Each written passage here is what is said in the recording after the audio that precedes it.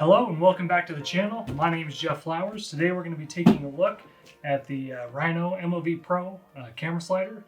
This is going to be more of just an unboxing. I'll get to a review hopefully a little bit later, but yeah, let's dive into this thing. I've been wanting to do some time lapses, maybe some better product photography, maybe even for the channel.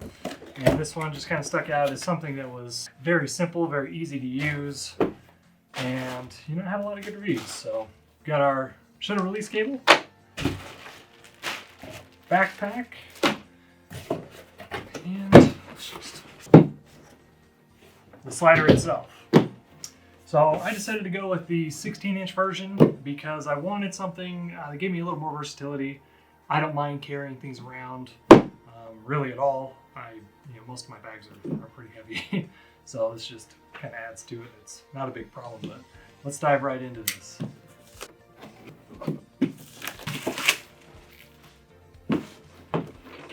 So, opening up the box. I think that was supposed to stay in the box.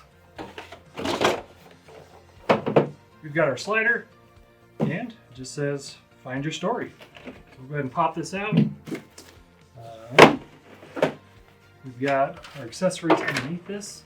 Looks like we've got the ball head that's pretty much proprietary to the gimbal itself. You can use some aftermarket gimbal adapters. They don't really recommend it on the website, but you can do it. That way you don't always have to, switch this with, let's say, like an Arca Swiss plate, or if you've got like an L bracket, like I run an L bracket on mine, just to give me more versatility for photography and videography. So in the box, we've got charging cable with no power adapter, the ball head, and then we've got the ND filter for the phone. Not sure if I'll ever use that, but who knows. So we'll go ahead and move the rest of this off the table. So here's the manual. Oh, it is basically very straightforward. And here's the manual. So we've got legs that fold out on both sides. I believe, just pop those out there. Flip them back in.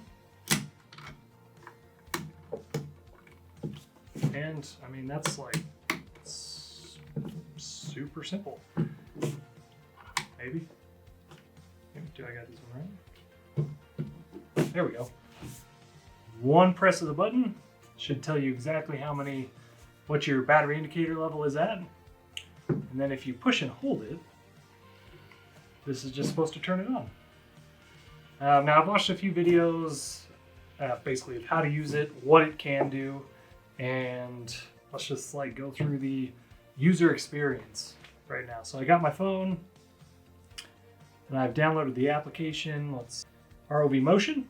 We're going to connect this. All right. So it automatically connects to it. That's probably the most simple connection I've done with any Bluetooth device. It just found it, didn't ask me for any passwords or nothing. Yeah, let's see. We've got live motion, time lapse, loop. You can set your duration, your ramp. So let's see. Let's do this. We'll do live motion. And the one thing they said it would move. The slowest it would move is about 0.25 inches per second, because I want to be able to do some very slow videography if I can. So there's kind of this option or the L-Chrome Slide 1, I believe it is, Slide 1 Plus. So let's take a look. Take this all the way up. Set the ramp at about 75. So 60 seconds. Minimum 17 seconds at 100% ramp. Our maximum distance that we can get our slide. We'll go ahead and hit start right here. And as you can see, it's moving across the slider. The absolute max I can get is 60 seconds for this entire track, and it's 16 inches of travel for the entire thing. So it's pretty slow, but not as customizable as the Slide 1 or Slide Plus. I'm sure you'll correct me in the comments. But let's go ahead and stop that. Let's just see at 0 ramp. Move this to home. We'll just take a look at what the fastest speed you can have this set at as. So with 0% ramp, we can go ahead and hit start. And the fastest it's going to make it across this track is 12 seconds, which, who knows? I'm going to have to figure this out, see what I'm going to be able to use it for. I do like that it comes with a cell phone mount. You can just kind of set it and forget it, and it'll do the work for you. I guess the plus side is that it is so simple, and there's really not much that you need to worry about with it. It is live motion, product shots, or time lapse. I believe, let's take a look here. We'll get into the time lapse mode. Okay, you can set your shutter speed to whatever it is on the camera. Whatever it is on the camera. You can set the shutter speed either remotely, or you can have what I have here is the shutter release cable, and you can just go ahead and use that and program your camera for time-lapse mode, and it will just work through the shots that you set it to. So it gets a nice seamless transition end to end for your time-lapse. So my clip length, you can just put that up. I want to say, let's see how long this will go. How long do you want your edit to be? So 60 seconds. And I guess it kind of depends on the number of shots, the interval you set it at, but it also gives you the amount of time that you have set on here as well. So another great feature, super simple to use. I don't know what else you could really ask for, but yeah, I mean, we're just gonna have to get into this. So hopefully you like this short unboxing video.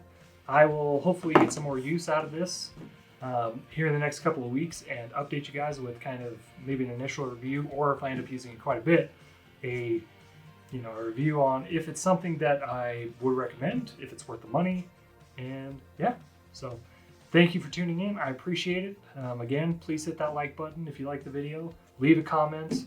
I'm always ready to get back to anybody with questions, criticism, anything like that.